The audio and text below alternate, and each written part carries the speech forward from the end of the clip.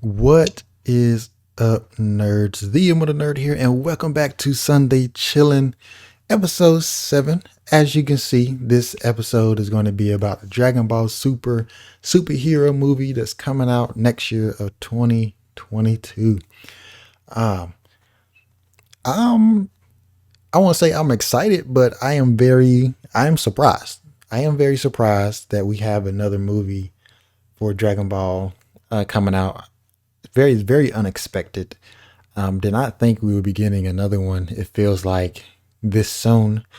The last one, a Dragon Ball Super Broly movie that came out in 2018 in the US when it was released in theaters. I know it was 2017 for everywhere else, I believe. I know in Japan it was. But yeah, Dragon Ball Super Broly movie came out in 2018, early 2018 in the US. And now we're going to be getting a Dragon Ball superhero movie in 2021. So it'll be 4 years since then, depending on whenever it comes out in the US. So yeah, this is very unexpected. I was not really keeping track of Dragon Ball Super all that much because, as the end of the show, it ended with the Tournament of Power, and it didn't really feel like that it would, start again like the anime, for instance. It left off as like, saying, and Goku and his friends will, undoubtedly go on even more adventures. So it's like telling us like, yeah, you already know how things are going to go down. So like, it's no need for us to like continue it anymore. But yeah, so that's what I was gathering from it. But and I do know as well though the manga was still going. But again, that doesn't mean there has to be an anime adaptation for it. But I've heard how things are going. It will be pretty dope if it gets that confirmation of continuing the anime for it. But as of right now, the Dragon Ball superhero movie, we're going to be talking about a little bit about it, literally, because it's not a whole lot to really talk about. Because the trailer or teaser, very teasy trailer, is only 22 seconds. So that's the first thing that we're going to show right now. So let's go ahead and see what this trailer is about.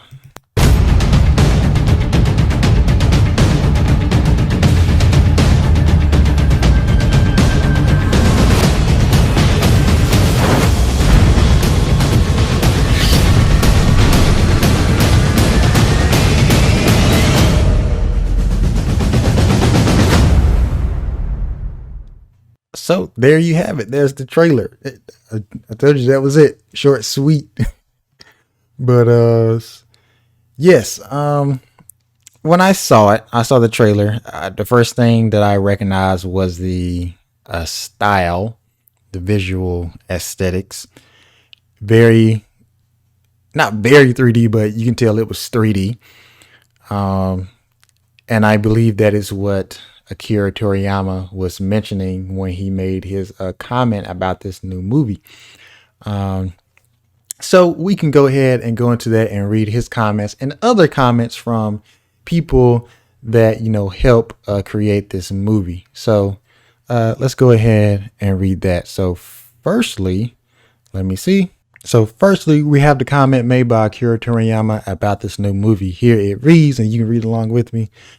An all-new movie since Dragon Ball Super Broly is currently in the making. Just like the previous movie, I'm heavily leading the story and dialogue production for another amazing film. I really shouldn't talk too much about the plot yet, but be prepared for some extreme and entertaining bouts, which may feature an unexpected character. We'll be charting through some unexplored territory in terms of the visual aesthetics to give the audience an amazing ride. So I hope everyone will look forward to the new movie. So again, as I said earlier, when I looked at that trailer, the unexplored territory for visual aesthetics, when I read the comment, I had automatically thought you know, 3D, 3D animation, and I would immediately or initially I was like, I don't know how I feel about that because I'm not too fond of 3D animation in general. In other shows that I've seen it in, especially in Berserk, when they, redid it to make it more proper to the manga, they implemented 3D animation and it was ugly to me. It was it was not beautiful at all. I was like, I just stick with the 90s version. I don't care if it doesn't, in line with the manga heavily like this one does. Or like, I don't care. I'll take this one over whatever this is.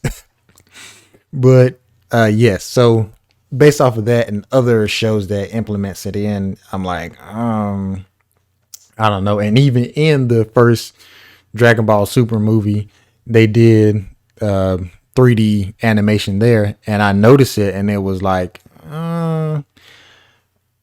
yeah, I won't really feeling it too much there. Like that was the only thing that I could really gripe about it was that 3D animation in that piece. But I'm assuming it was their first time doing it, and it was all right. It won't spectacular. It was all right. So if this is, which I believe it will be definitely, if this is the route that they're going in 3D animation for their visual aesthetics, it's been some while. It's been some years, about 4 or 5 years now since Dragon Ball Super Broly movie, that they have gotten better at doing so. So hopefully it's not majority of the movie that it has this in. I hope it can stay true to its original 2D style, but we'll see. Hopefully they have they've gotten better at it. So we'll see how the fights will go, because I mean, depending on the layout, as in the color palette and all of that stuff, how the lighting is going to work is going to make or break that 3D animation, because you have shows like Attack on Titan that use a 3D animation as well, and also Demon Slayer, they also use a 3D animation, but it's something that's like you have to be really looking at it, because otherwise you won't really notice it, because the transition for it is kind of smooth, but to a keen eye, you'll be able to tell. But again, it's all about the background, the coloring. You don't want it too bright because you definitely see it. But if it is, you have to have it, matching. It needs to blend in somewhat, so it won't be as noticeable. But yeah, Attack on Titan used the 3D animation for stuff simple like horses or people walking from kind of like a far away distance. But that was about it. Nothing too advanced, like people fighting. How this movie and the previous movie was very difficult for 3D animation to be, to hold up together in those regards. So again, we'll have to see. Hopefully, in another trailer, we may see it in action with a fight or something. Who knows? We'll just have to see. So yeah, that was the comment from Akira Toriyama. So other comments, we're gonna read those. The other one by the voice actress herself, that's known for voicing Goku, Masako Nosawa. Let's see what she has to say. She says, I'm sure you're all bursting with excitement waiting for the Dragon Ball movie. I'm certain that Dragon Ball Superhero will more than live up everyone's expectations. The superhero subtitle is pretty cool, right? I love how simple and straight to the point it is. The new character designs by Toriyama don't quite look like anyone we've seen before. They've got a great sense of style. Looking slick wearing boots, they're definitely a unique addition to Dragon Ball, and I can't wait to see what they can do. It's one of those amazing movies where after you finish watching it, you and your friends and family can all talk about the details and about what parts you liked best. I can't wait to hear all of your impressions of the movie. So that was a pretty nice comment about this movie. Um, nothing to really pick out to, see if this movie going to be bad or good.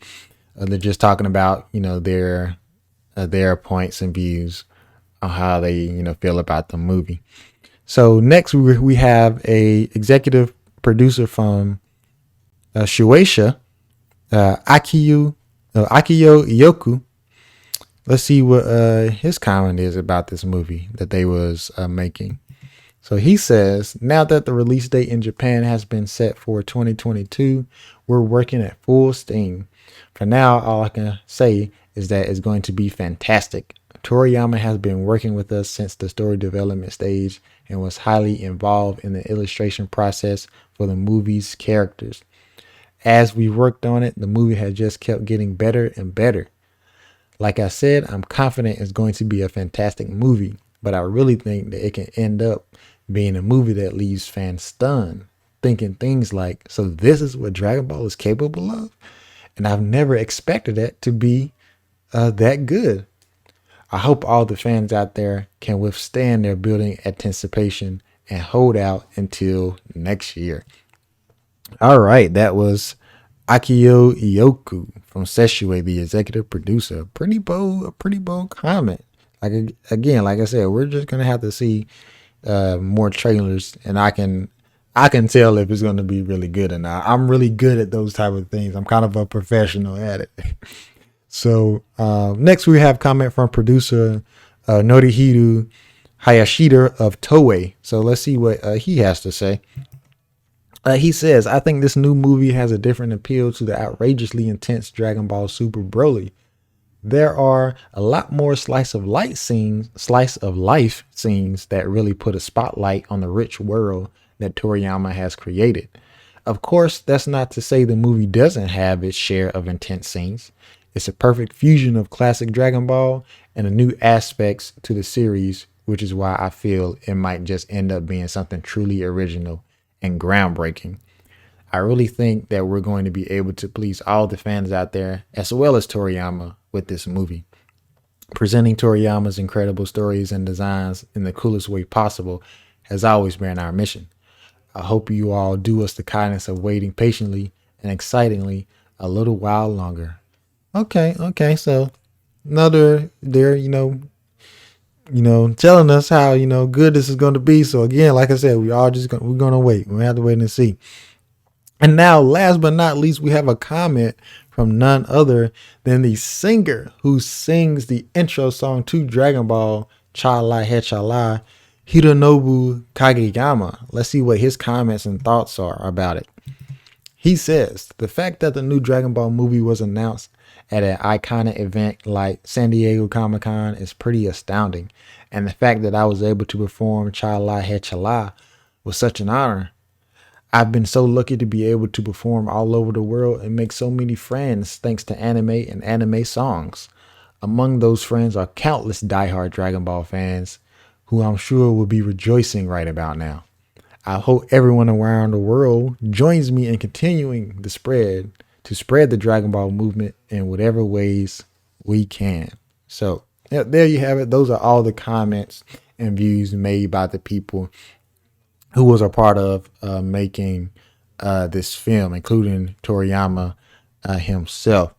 So with that being said, what Hironobu Kageyama said, this movie was announced at the San Diego Comic-Con event, and I was able to watch his performance of Chala Hechala. You can see it at the Dragon Ball Super official website, where they have the interview in video, including his performance. That's how the interview opened up with him performing Chala Hechala, and then we got introduced to Masako Nosawa, the two the two executive producers, and the interviewer questioning them about the movie.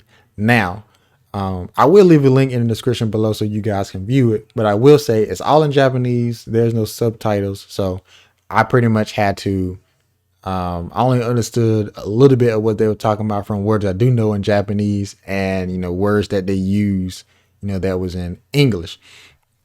So I got a gist of what they was talking about, and they did show pictures as well, so that helped a whole lot for me.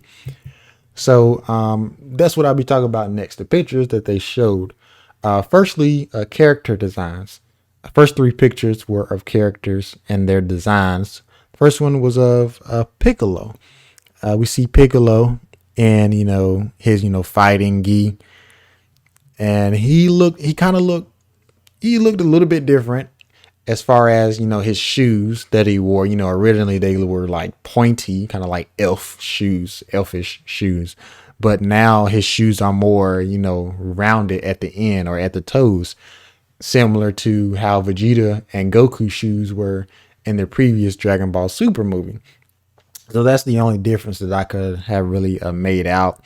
They also showed another picture of him, in his, full outfit, with the whole cape and, shoulder pads on with his, if you want to call it a turban, had that on as well. Another character design they showed for was for Krillin. They had him in his police uniform. So he may be, if seen, well, he will be seen in the movie. He'll probably just be, on the job or on the clock whenever we see him. Don't know if he'll be, in this movie, suited up to fight. And we'll just have to see. And he looked taller as well. He looked very tall. Yes, I was like, is Krillin growing? Is he growing? But yes, he was the other character. The other character they had showed was Pan. Pan is going to be in this movie. She looked as well grown up, maybe about the same age as Goten when we first met him. So I don't know what that age was, but she is grown up. The last time we seen her in the show, she was still a baby. But now she is more of a kid. She's not an infant anymore. She's a child now. So that means some years had to have passed. Don't know how many years that may be, but we'll just have to see. It may have been 6 or 7, probably 6. If they want to keep true to like the 7-year span, they probably did 1 year after the Tournament of Power for a Dragon Ball Super Broly movie. I believe that's how much time had passed. And then the extra 6 years for this movie. So that would be a total of 7 combined with those two movies. Who knows? It's just a, baseless theory that I just, threw out there. But anyway, yeah. So we got those 3 characters already. Piccolo, Krillin, and Pan, which is very interesting to see. Other things that they showed were, sceneries, mainly in part, Piccolo's place. Piccolo, he has a house now. Yeah. So, he got his own little house with a mailbox, with some massive amount of land with a, big lake in the middle. I believe it's where we always see him training at by the waterfall. I'm not really sure because in the show, you don't really get a big area view of it. So that could be the place. It may not be. It doesn't really matter. But yeah, he has a house now. He's moving up in the world. It's good for him. At least somebody, progressing. But yes, we had that. And also they showed the character design for the villain in this movie. And the reason why I know he's the villain is because they use that English word, the enemy, in association with him or them, because there were 2 of them. And if I'm able to find some good quality pictures, they will be popping up as I'm talking about them, so you guys can see it. But if not, you guys will, you guys can look them up yourselves, or you can see them in the interview video that I have as a link below in the description. You guys can watch it there. But yeah, there are 2 enemies thus far as we know of. So who knows what may happen. I was already thinking that the third one may be a fusion between those 2 characters. And then, we'll have, Goten and Trunks do fusion to try to fight, but, they won't win. So, somebody else will come in. But again, not a whole lot of stuff was displayed about what this movie will be about. And I'm sure it will come out much later when everything, when it gets closer to release. So yeah, that's pretty much it. That's all that we can really say about this video until more stuff come out. When we do get another trailer, I'll do reactions to those. I'll probably wait until they have like trailer version 1, trailer version 2, and trailer version 3 out at the same time, or however they'll do it. I'll probably wait until all 3 of those videos come out and then, do a video watching all 3 and then make my, observations to see what this movie will be about and what the outcome will be. So with that being said, that would be the end of this video, you guys. What I will have in the next one, don't really know. It'll be more likely whatever I run across on the internet that's anime related. So yeah, with that being said, I'm gonna go ahead and hear you guys. If you enjoyed it, you know what to do. Like, share, subscribe. Get this out there to all the nerds in the universe, multiverse, and alternate dimensions. And I will see you in the next one. The Immortal Nerd signing off.